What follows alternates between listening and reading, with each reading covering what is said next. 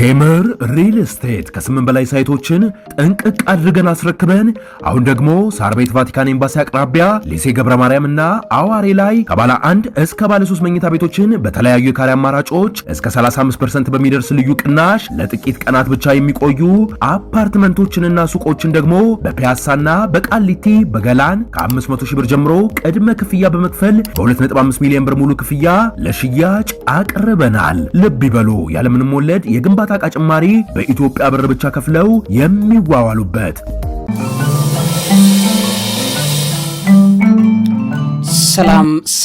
ሰላምና ጤናን ፍቅርን በረከትን ያድልኝ። ክብራትና ክብራን የሣድስ ቤተሰቦቼ እንደምን አላችሁልኝ? እንደምን ቆያችሁ? ዛሬ በጣም አስደናቂ መረጃ ይዤላችኋለሁ። መጠርጠር መልካም ነው። ይሄ ዘመን ላይ በነገራችን ላይ እየተከናወነ ያለውን ነገር ባስተውሉትና በመመርመር የማንሄድ ከሆነ በጣም እንሸውዳለን።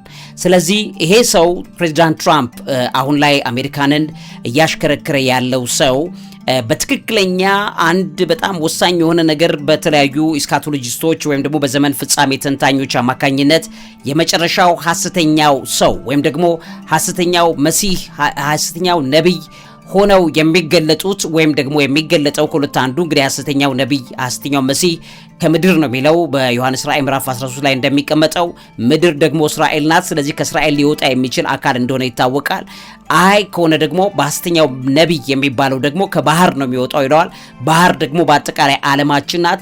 በዓለማችንን በተለይ ሊወጣ ከሚችልበት ቦታዎች ወይም ወቅት መሲህ ነኝ ብሎ የሚመጣውን እንደ ሐሰተኛ መሲህ አድርገው እነሱ ይቆጥራሉ።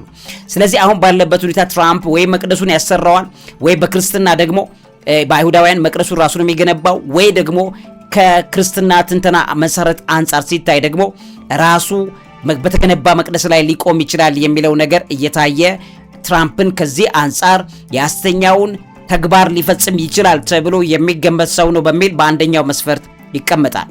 በሁለተኛ መስፈርት ደግሞ ብዙ ተንታኞች የሚያስቀምጡት ራሱን እንደ ሰላም ሰው አድርጎ ማቅረቡ ነው። presenting himself as a man of peace። ፕሬዚዳንት ትራምፕን ስናየው አብዛኛዎቹ እንግዲህ በሐሰተኛው መሲህን ራሱ ላይ ያለውን ይሄን በመጽሐፍ ቅዱስ ላይ የተቀመጠውን ትርጓሜ ያሟላል። ሐሰተኛው መሲህ ራሱን የሰላም ሰው አድርጎ ነው የሚያቀርበው። በመጽሐፍ ቅዱስ ትንቢት መሰረት ስለ ዘመን ፍጻሜ የተነገሩትን ትርጓሜዎች በጠቅላላ ስናይ የሰላም ግንዛቤ እውነተኛውን ዓላማ በማታለል የሚሸፍን አካል ነው። ሰላምን የሚጠቀመው ለእውነተኛው ለክርስቶስ ሰላምነት አይደለም። ምድር ላይ ፕሬዚዳንት ትራምፕ በተለያየ መልኩ እንደሚታወቀው ሰላም ለማምጣት እዚህም እዛ የሚሰራው ቀጥታ የራሱን ጥቅም ለማስጠበቅ የሚሄድበት አካሄድ እንደሆነ እናውቃለን። የሐሰተኛው ነብይ የሐሰተኛው መሲሁ ተግባሩም ሰላም ብሎ ይዞት የሚመጣው ፌክ ሰላም ነው፣ የክርስቶስ ሰላም አይደለም። በትራምፕ ህይወት ላይ ብዙ የሰላም ስምምነቶችን በእስራኤል በማድረጉ የተነሳ በእስራኤልና በጋዛ መካከል የሰላም ስምምነቶችን በመፍጠሩ በዓለማት የተለያዩ ክፍሎች ላይ ሰላም በዮሐንስ ራእይ ላይ ስለ 4ቱ ፈረሶች ሲያሳይ የመጀመሪያው ነጩ ፈረስ ብሎ የሚያቀርበው የሐሰተኛውን ክርስቶስ መንፈስ በእውነተኛው ነጩ በሆነው በክርስቶስ መንፈስ አታሎ አጭበርብሮ የሚመጣ አካል እንደሆነ ይታወቃል። ስለዚህ ይሄን ሰላም የሚለው ነገር መሸፋፈኛ እንደሆነ ለነብይ ለዚህ ለሐሰተኛው የተሰጠው ከትንቢቶቹ መካከል የተቀመጠ እንደሆነ ይታወቃል። በብሉይ ኪዳን ሐሰተኛ ነቢያት ሰላም በሌለበት ሰላም ብለው በማወጃቸው በትንቢተ ኤርሚያስ ምዕራፍ 6 ቁጥር 14 ላይ በትንቢተ ሕዝቅኤል ምዕራፍ 13 ቁጥር 10 ላይ በግልጽ መጽሐፍ ቅዱስ ይሄንን ይላል። ከታናሹ ጀምሮ እስከ ታላቁ ድረስ ሁሉን ስስትን ያስባሉና ከነቢዩም ጀምሮ እስከ ካህኑ ድረስ ሁሉም ተንኮልን ያደርጋሉና በሕዝቤም ስብራት በጥቂቱ ይፈውሳሉ። ሰላም ሳይሆን ሰላም ይላሉ። ይሄ የመጨረሻው ዘመን የሐሰተኛው መንፈስ መገለጫ ነው። እርኩስን ነገር ስለሰሩ አፍረዋልን? ምንም አላፈሩም። እፍረትንም አላወቁም። ትራምፕ እፍረት የሚያቅሰው አይደለም። ሰላም የሚለው ፌክ እንደሆነ መጽሐፍ ቅዱስ በትክክል ያውቃል፣ ይናገራል። ስለዚህ ከሚወድቁት ጋር ይወድቃሉ፣ በሚጎበኟቸው ጊዜ ይዋረዳሉ ይላል እግዚአብሔር። ስለዚህ ይሄ የፌክ ሰላም እዚህ ቦታ ላይ ሰላም ያመጣል፣ እዛ ቦታ ላይ ደግሞ ጦርነት የሚያውጅ ውሸተኛ የሐሰት ሰላምን ይዞ የሚመጣው ሐሰተኛው በትክክል የሚተገብረውን አይነት ነገር ትራምፕ ይተገብራል ብለው ይተነትናሉ። ስለዚህ በሁለተኛ መሰረት ሲታይ ይሄ ንድፍ ላዩን ሰላም የሚያውጅ ወደፊት ውስጥ ለውስጥ ደግሞ ቅድመ ሁኔታው አድርጎ የሚያስበው ጥቅመኝነትንና ዲስትራክሽንን እንደሆነ በማነጻጸር ትራምፕን ከሐሰተኛው ጋር አነጻጽረው ይመለከቱታል። በሶስተኛ ቅዱሳንንም ይዋጋ ዘንድ ድልም ያደርጋቸው ዘንድ ተሰጠው። በነገድና በወገንም ነው የሚለው፣ በቋንቋም በሕዝብም ሁሉ ላይ ስልጣን ተሰጠው ብሎ መጽሐፍ ቅዱስ ይናገራል።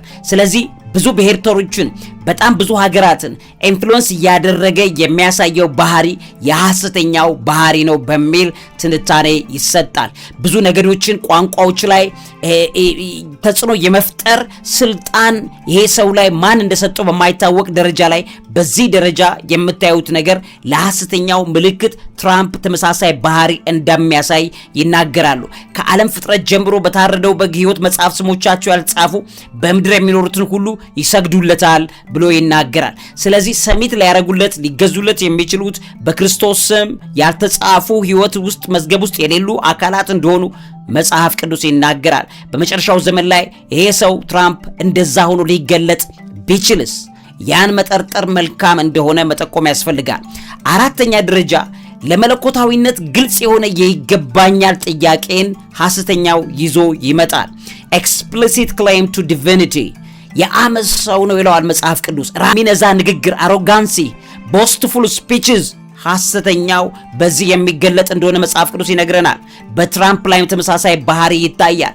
በሕዝብ ፊት የሚናገራቸው ንግግሮች የማያቋርጥ ራስን ማሞገስ፣ እኔ የሚል ከፍታን ብቻ የሚያሳይ በነገራችን ላይ የእኔነት መንፈስ ወይም እኔ ማለት የሚችለው ብቸኛው እግዚአብሔር ነው። እኔ ብሎ ቢናገር እውነት የሆነ እኔነቱ የማይቀየረው እግዚአብሔር ብቻ ነው። እግዚአብሔር እኔ ቢል እኔነቱ አይቀየርም። እኔ ጌታ ነኝ አምላክ ነኝ ቢል መጥቶ አምላክነቱ ሊቀየር አይችልም። ስለዚህ ሌላው ዓለም ግን እኔ የሚል ከሆነ በሚቀየረው ማንነቱ ነገ እኔ ሀብታም ነኝ ያለ ነገ ድሃ ሊሆን ይችላል። እግዚአብሔር ግን እኔ አምላክ ነኝ ብሎ ነገ አምላክነቱ የሚሻር አይደለም። ስለዚህ የእኔነትን ሐሰተኛው ነቢይ ሐሰተኛው መሲህ ወስዶ እንደሚያደርገው በትራምፕ ሕይወት ውስጥ አሮጋንሲ ቦስትፉል ስፒችስ እኔነት የተጠቀጠቁ መሆኑን ታያላችሁ። ስለዚህ ብሔራዊ ችግሮችን መፍታት የሚችለው የሚናገርበትን ነገር በተመለከተ በትንቢተ ዳንኤል ላይ ሲናገር በትዕቢት የሚናገር አፍ ያለው መሪ ከሚለው መገለጫ ጋር የሚጣጣም ተግባር በትራምፕ ውስጥ እንመለከታለን። አምስተኛው ማሳያ ይሄ እንደሆነ ታያላችሁ። በስድስተኛ ደረጃ ላይ ማታለልና ህገወጥነት ዲሰፕሽን ኤንድ ሎውለስነስ የሐሰተኛው መገለጫ እንደሆነ መጽሐፍ ቅዱስ ላይ በትክክል ያሳየናል። በትራምፕ ሕይወት ውስጥም አጭበርባሪነት፣ ህገወጥነት፣ ሎውለስነስ ማለት የሀገሪቱን ህግ እንኳን ማክበር የማይፈልግ ሰው በብዙ መልኩ የሚታዩ ባህሪያትን የሚተገብር እንደሆነ ታያላችሁ። ሐሰተኛውም ይሄ አይነት ባህሪ እንዳለው ይታያል። ስለዚህ በስድስተኛ ደረጃ ትራምፕ የዚህ ሰው ባህሪ መገለጫነት ስላለው መጠርጠሩ መልካም ነው ብለው ሰዎች ይጠረጥራሉ። እውነቱን የማጣመም ደጋግሞ የዋናው መገለጫ ነው። በትራምፕ ላይ ለምሳሌ ኢትዮጵያን ግድቡን እኔ ነኝ የገደብኩት ወይ አሜሪካ ገንዘብ ነው የኢትዮጵያ ህዳሴ ግድቡ የተገደበው ብሎ በግልጽ ሲዋሽ በጣም የሚያሳፍር ውሸት በዓለም ላይ ሲበትን ያው በውሸት በጣም ብዙ የሚታወቅ ተግባራት እንዳሉበት ይታወቃል። ይሄ ማሳያው ነው ተብሎ ይነገራል። ጳውሎስና ዮሐንስ የገለጹት የህግ ያልሆነ ሰው የተንኮል አለቃ ብለው የሚገልጹት ሐሰተኛው በዚህ ደረጃ ላይ ትራምፕ የሚገለጥበት ባህሪ እንዳለው ሰዎች እየጠረጠሩ እየመጡ ይገኛሉ። በሰባተኛ ደረጃ ሃይማኖታዊ ቋንቋ የውሸት አምልኮን ይጠቀማል። ይህም ደግሞ ሪሊጂየስ ላንጉዌጅስ ፎልስ ፒቲ ቃላትን የሚጠቀም ሰው ነው ሐሰተኛው። በተመሳሳይ ሁኔታ ትራምፕ ላይም እንዲህ አይነት ነገር ታያላችሁ። ሃይማኖት ካባን የመልበስ አማኝነት ካባን የመልበስ ነገር ታያላችሁ። እሱ ብዙውን ጊዜ በሃይማኖታዊ ቋንቋዎች ነው የሚጠቀመው ሐሰተኛው።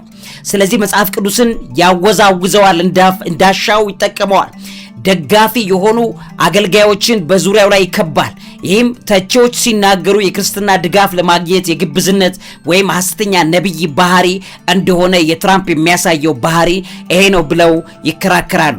በሰባተኛ የሚከለክለውን አሁን ታውቃላችሁ፣ የአመጽ ምስጢር አሁን ይሰራልና ብቻ ከመንገድ እስኪወገድ ድረስ አሁን የሚከለክል አለ ብሎ እንግዲህ ይነግረናል። ስለዚህ በሚገለጥበት ጊዜ አለ እንጂ አሁን አይደለም የሚገለጠው። ስለዚህ እያንዳንዷን ነገር ስንመለከት አሁን የሚገለጥበት ጊዜ አይደለም።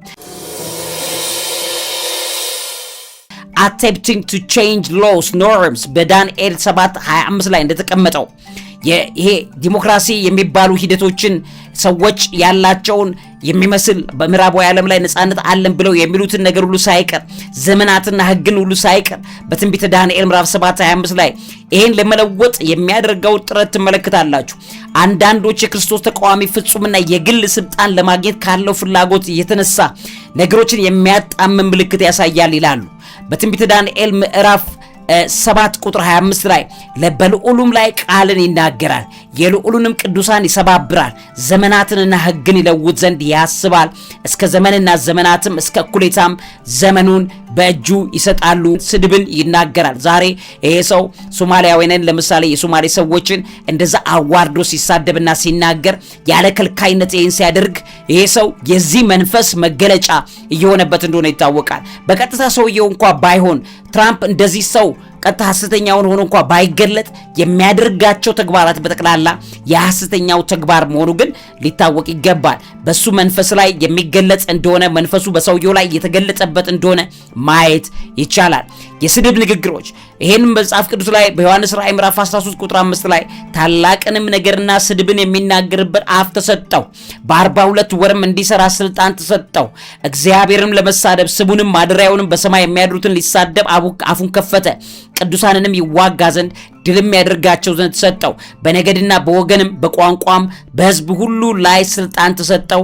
ከዓለም ፍጥረት ጀምሮ በታረደው በግ ሕይወት መጽሐፍ ስሞቻቸው ያልጻፉ በምድር የሚኖሩ ሁሉ ይሰግዱለታል።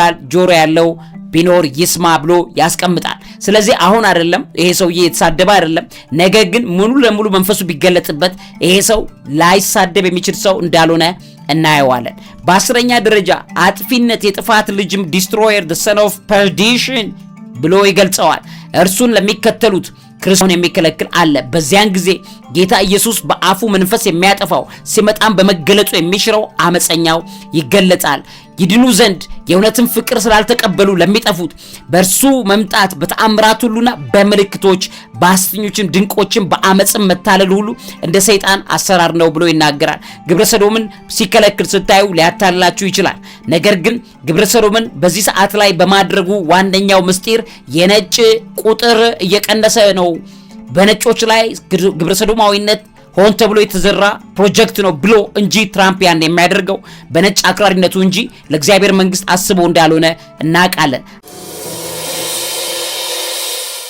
አታላይነት፣ አጭበርባሪነት ከሚታዩበት ምልክቶች አንዱ ነው ተብሎ ይሄ ሰው የዚህ መንፈስ ሊገለጥበት ይችላል እያሉ እየተነተኑ ይገኛሉ። በ11ኛ ደረጃ በግል ፍቃዱ የሚገዛ ንጉስ ወይም በጉራ የተሞላ ገዢ ዊልፉል ኪንግ፣ ሰልፍ ዊልድ ፕራይድፉል ሩለር ሆኖ ይገለጣል ሐሰተኛው። በተመሳሳይ ሁኔታ ራሱን ከአማልክት ሁሉ በላይ ከፍ ከፍ የሚያደርግ ማንኛውንም እንደ አለቃ የሚባሉ አካላትን በጠቅላላ የሚሽር ራስ ወዳድነት የሚገለጽበት ሁሉ ይሰበካል። በዚያን ጊዜ መጨረሻው ይመጣል። እንግዲህ በነቢዩ ዳንኤል የተባለውን የጥፋት ርኩሰት በተቀደሰችው ስፍራ ቆሞ ስታዩ አንባቢው ያስተውል። የዚያን ጊዜ በይሁዳ ያሉ ተራሮች ይሽሹ፣ ወደ ተራሮች ይሽሹ።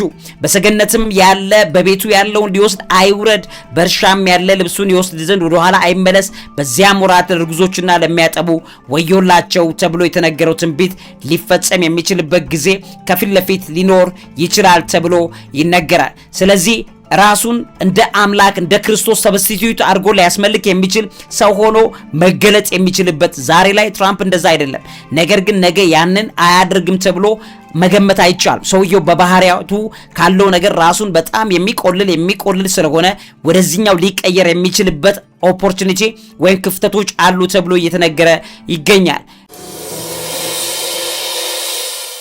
በ14ኛ ደረጃ የኢኮኖሚ ተቆጣጣሪ መሆን ነው። ኢኮኖሚክ ኮንትሮለር መሆን ነው የአውሬው ባህሪ ወይ ደግሞ የሐሰተኛው ባህሪ። ስለዚህ ዓለም አቀፍ ኢኮኖሚን ለመቆጣጠር፣ ለመግዛት፣ ለመሸጥ፣ ለመለወጥ ሰዎች እንዳይችሉ አድርጎ ኢኮኖሚውን ይቆጣጠራል ሐሰተኛው። ይሄ የገንዘብ ፍቅሩን ነው የሚያሳየው። ዛሬ በቬኔዙዌላ፣ በግሪንላንድ፣ በሌሎች የአፍሪካ ሀገራት ላይ ትራምፕ እያደረገውን ያለውን ነገር ስታዩ ሄዶ ምንም ነገር ከማድረግ ወደ ኋላ የማይል ባህሪ በውስጡ እንዳለ ይታያል። በዮሐንስ ራእይ ምዕራፍ 13 ከቁጥር 16 ወይ እስከ 17 ይሄን ስታዩ ለታናናሾችም ለታላላቆችም ባለጠጎችና ድሆችም ጌቶችንና ባሪያዎች ሁሉ በቀኝ እጃቸው ወይም በግንባሮቻቸው ምልክት እንዲቀበሉ የአውሬውንም ስም ወይም የስሙን ቁጥር ያለው ምልክት የሌለበት ማንም ሊገዛ ሊሸጥ እንዳይችል ያደርጋል። ጥበብ በዚያ ያለ አእምሮ ያለው ያውለውን ቁጥር ይቁጠረው፣ ቁጥሩም የሰው ቁጥር ነውና ቁጥሩም 666 ነው ብሎ መጽሐፍ ቅዱስ ያስቀምጠዋል። ስለዚህ ትራምፕ በዚህና መሰል ባህሪያቶቹ የተነሳ ነገ ሐሰተኛውን ሆኖ አይገለጥም ብሎ መገመት አይቻልም ተብሎ በምልክቶች ሰዎች እየተነተኑበት ያለ ሰው ነው። በብዙ ፕራይድ፣ በብዙ ጉራ ውስጥ፣ በብዙ ኃይል ውስጥ፣ በብዙ ጨካኝነት ውስጥ፣ በብዙ ስርዓት አልበኝነት ውስጥ ዓለምን ስርዓት አልባ እያደረጋት ያለ ሰው እንደሆነ ይታወቃል። በ15ኛና በዋነኛ ደረጃ ኦቶሪቴሪያን ወይም ቶታሊቴሪያን አስተሳሰብና አገዛዝን የሚጠቀልል እንደሆነ ይታወቃል። ይህም በትራምፕ ባህሪ ላይ የሚታይ ነው። ቶታሊቴሪያን የሆነ ዓለምን ጠቅልሎ የመግዛት ኦቶሪቴሪያን ፈላጭ ቆራጭነት በትራምፕ ባህሪ ውስጥ ተሰንገው ያሉ ባህሪያት እንደሆነ ይታወቃል። ትራምፕ ዛሬ ላይ የሚያደርጋቸው ነገሮች በተክላላ ኦቶሪቴሪያን ባህሪ ነው የሚያሳየው። በመጽሐፍ ቅዱስ ላይ እንደሚናገረው ዓለምን ሁሉ ጠቅልሎ ለመግዛት የሚፈልገው ይሄ አውሬው የሚያሳየው ባህሪ የኦቶሪቴሪያን የፈላጭ ቆራጭነት ባህሪ እንደሆነ ሰላም ኖቤል ሽልማት ለኔ ይገባኛል የሚለውን ነገር እስኪናገር ድረስ ያደረሰው ነገር ምንድነው ቢባል የሰላም አለቃ እኔ ነኝ የሚል ባህሪያትን ማሳየት እንጂ እውነተኛን ሰላም ማምጣት እንዳልሆነ ያሳየናል። ስለዚህ ከነዚህና መሰል ባህሪያቶች መሰረት ትራምፕ በከፍተኛ ደረጃ የአውሬውን የሐሰተኛውን መንፈስ እየገለጠ ይገኛል የሚለው ነገር እንደበረታ በዚህ ላይ ለማስታወስ ያክል መረጃ አካፍያችኋለሁ። በእርግጠኝነት ያነቃል። ጠርጥረን ማየት መልካም ነው። ሐሰተኛውን ሆኖ እንኳን ባይገለጥ ትራምፕ ላይ በአሁኑ ሰዓት ላይ እየሰራ ያለው የሐሰተኛው መንፈስ እንደሆነ ግን ለማመን የሚያስችለውን መረጃ አካፈልኳችሁ። ለዚህ አእምሮ ምግብ አዘጋጅና አቅራቢ መምህርና ጋዜጠኛ ዐቢይ ይልማ በዘመኑ ላይ ንቁ። ሁልጊዜ ተግተን ነቅተን ጠርጥረን ማየት መልካም ነው። ዕውቀት ታላቁ እግዚአብሔርን ታከብራለች። ቴምር ሪል ስቴት ከ8 በላይ ሳይቶችን ጠንቅቅ አድርገን አስረክበን አሁን ደግሞ ሳር ቤት ቫቲካን ኤምባሲ አቅራቢያ ሊሴ ገብረ ማርያም እና አዋሬ ላይ ከባለ 1 እስከ ባለ 3 መኝታ ቤቶችን በተለያዩ የካሬ አማራጮች እስከ 35% በሚደርስ ልዩ ቅናሽ ለጥቂት ቀናት ብቻ የሚቆዩ አፓርትመንቶችንና ሱቆችን ደግሞ በፒያሳና በቃሊቲ በገላን ከ500 ሺህ ብር ጀምሮ ቅድመ ክፍያ በመክፈል በ2.5 ሚሊዮን ብር ሙሉ ክፍያ ለሽያጭ አቅርበናል። ልብ ይበሉ፣ ያለምንም ወለድ የግንባታ ዕቃ ጭማሪ በኢትዮጵያ ብር ብቻ ከፍለው የሚዋዋሉበት